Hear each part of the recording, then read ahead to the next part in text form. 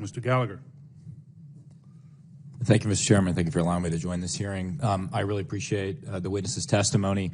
Mr. Moultrie, as the chairman mentioned, DoD had an initiative to study UFOs in the 1960s called Project Blue Book.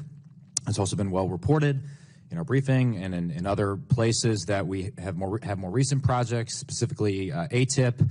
Could you describe any other initiatives that the DoD or DoD contractors have managed after Project Blue Book ended and prior to ATIP beginning? Did anything also predate Project Blue Book? So I can't speak to what may have predated Project Blue Book. I mean, of course, there's Roswell and all these other things that people have talked about over the years. I'm familiar with Blue Book. I'm familiar with ATIP. I haven't seen other documented studies that have been done by DoD in that regard. So you're not aware of anything in between Project Blue Book and ATIP? I'm not aware of anything that's official that was done in between those two. Okay. Hasn't been brought to my attention. Okay. Additionally, are you aware of any other DoD or DoD contract programs focused on UAPs from a technological engineering perspective?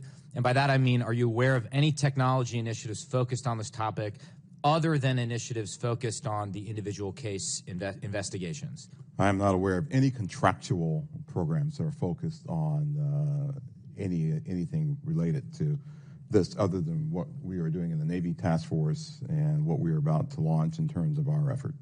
Same question for you, Mr. Bray.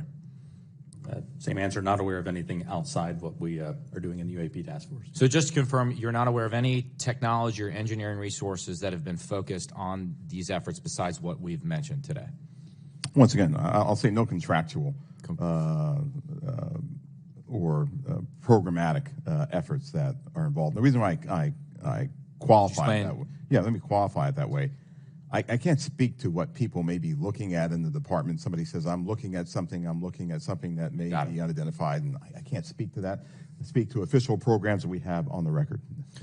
It's also been reported that there have been UAP observed and interacting with and flying over sensitive military facilities, particularly, and not just ranges, but some facilities housing our strategic nuclear forces. One such incident allegedly occurred at Malmstrom Air Force Base, in which 10 of our nuclear ICBMs were rendered inoperable. At the same time, a glowing red orb was observed overhead. I'm not commenting on the accuracy of this. I'm simply asking you whether you're aware of it and whether you have any comment on the accuracy of that report. Let me pass that to Mr. Bray, if you've been looking at UAPs over the last 3 years. That data is not within the holdings of the UAP Task Force.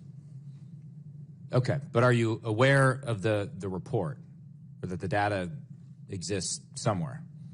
I have heard stories. I have not seen the official data on that. So you've just seen informal stories, no official assessment that you've done or exists within DoD that you're aware of regarding the Malmstrom incident?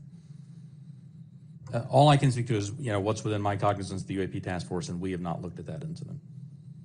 Well, I mean, it's a pretty high-profile incident. I don't claim to be an expert on this, but that's out there in the ether.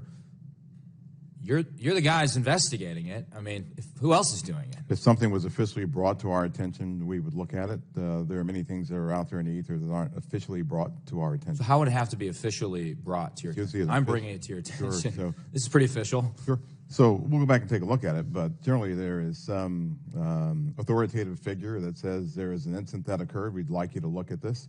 But in terms of just tracking what may be in the media that says that something occurred at this time, at this place, there are probably a lot of leads that we would have to follow up on. I don't think we are resourced to do that right now. Well, I don't claim to be an authoritative figure, but for what it's worth, I would like you to look into it. And sure. If for no other reason, you could dismiss it and say this is not worth wasting resources on. Will do. And then finally, are you aware of a document that appeared around 2019, sometimes called the Admiral Wilson memo or EW Notes memo?